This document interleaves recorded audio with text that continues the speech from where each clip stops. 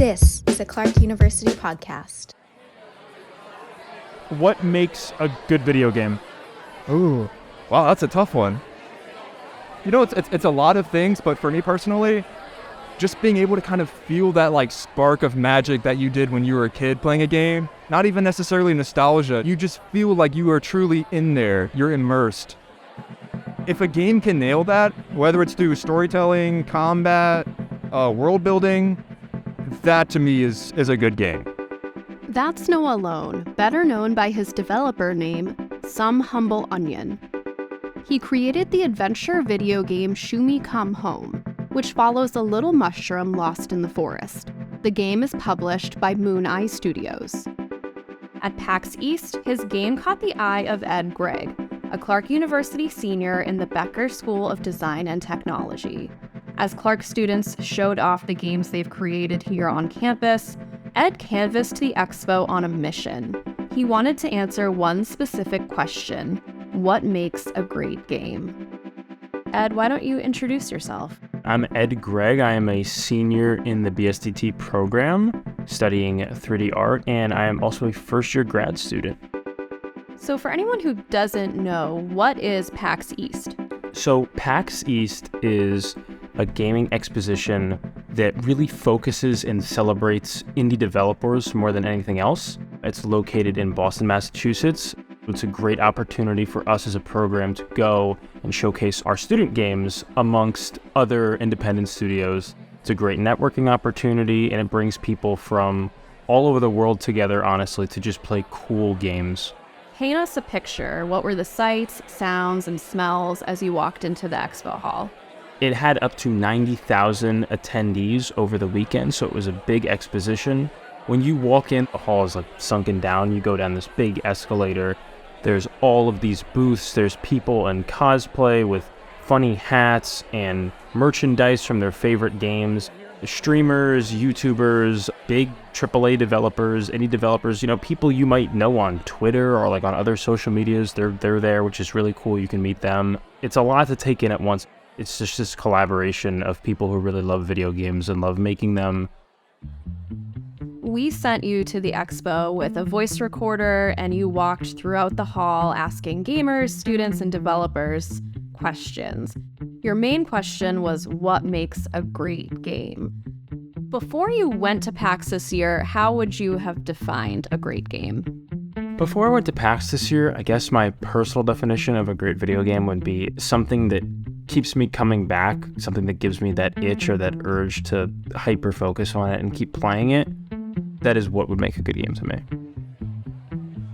When I was at PAX East, I walked over to the PAX Rising showcase floor, a collaboration of new and upcoming games to look out for. When I was there, I played Raw Metal, which I thought was an indie studio. It was a stealth game. It was really cool. I was very surprised to see that the game was created by 2 RIT students. It was really cool to see 2 students create such an unbelievable and finished game to showcase at a really, really big convention. My name is Corgan Owen. I'm the creative director and animator of the game. Best video games, in my opinion, are things that try something new and commit to it 100%. They're driven by passion in a way that makes a developer want to try something and push the limits of what the genre can be or what video games can be.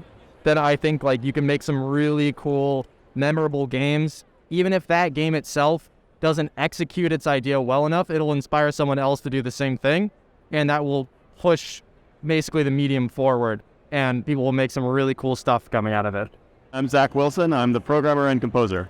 I think for me, it's just games that are either unique or like have some sort of charm to them that sets them apart.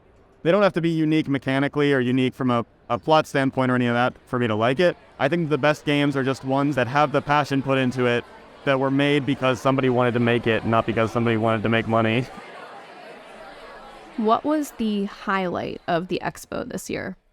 It's always, honestly, just getting to talk to indie developers, and it was last year too. It's a great networking opportunity for me and for everybody. Talking to people, even people that graduated from my program, and watching them go into, local Massachusetts-based indie studios and make a game and be at PAX and sell merchandise and, oh, like we have like 1 million downloads. That's so cool, especially, as a student still studying in the field and trying to like break into the industry. It's really cool to talk to them, and they provide reassurance. It's really cool to see that. That's probably my favorite thing about PAX.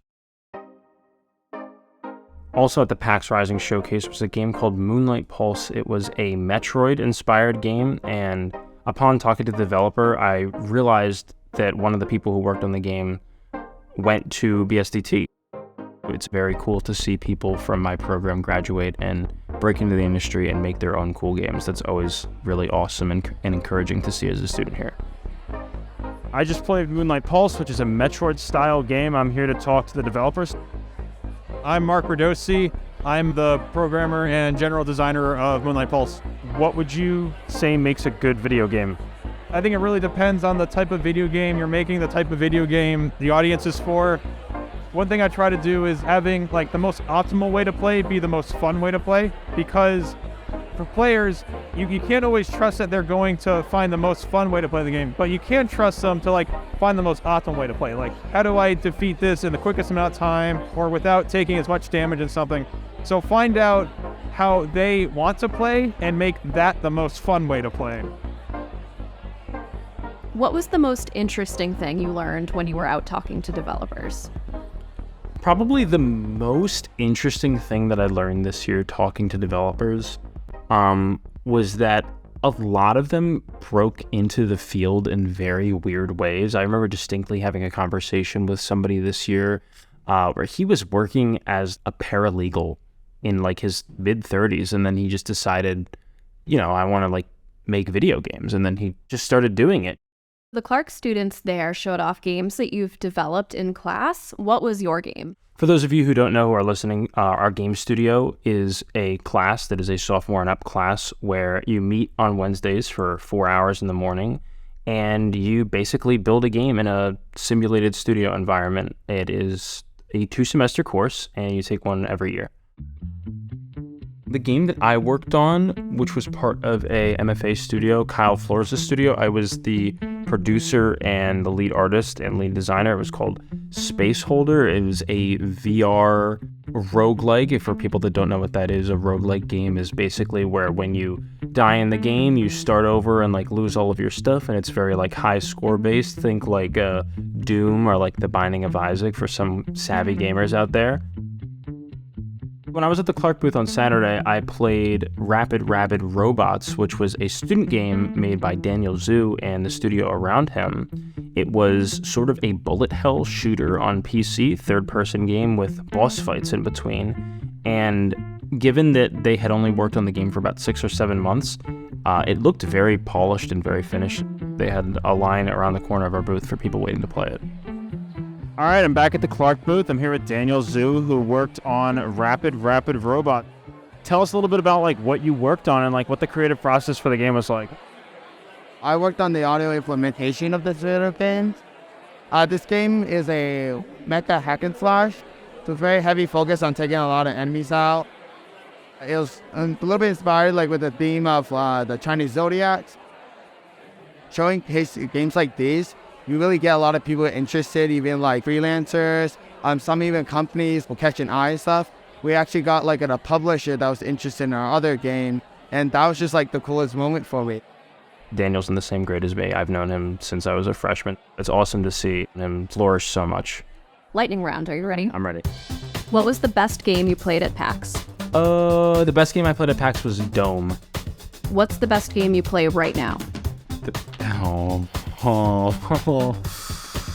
Pressure's on. Oh my god. The best game, well, the game I play most frequently is Overwatch because I really like competitive games, but that is definitely not the best game I play right now. The best game I play right now is I'm still playing Elden Ring because it took me forever to finish it last year.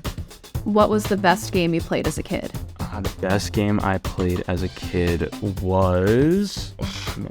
these are hard. The best game I played as a kid was either New Super Mario Bros., which was like the 2009 on the DS, or the Hot Wheels game on the Wii. That game was so much fun.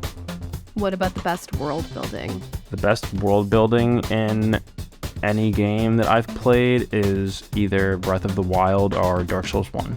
What's the best character you've played in any game? Oh man. I'm a big fighting game fan. I really like Shao Kahn in Mortal Kombat. That's my favorite character to play.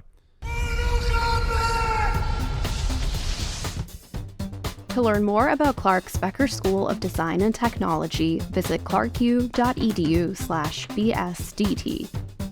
Challenge Change is produced by Andrew Hart and Melissa Hansen for Clark University. Find other episodes wherever you listen to podcasts. 1, 2, 3, Clark!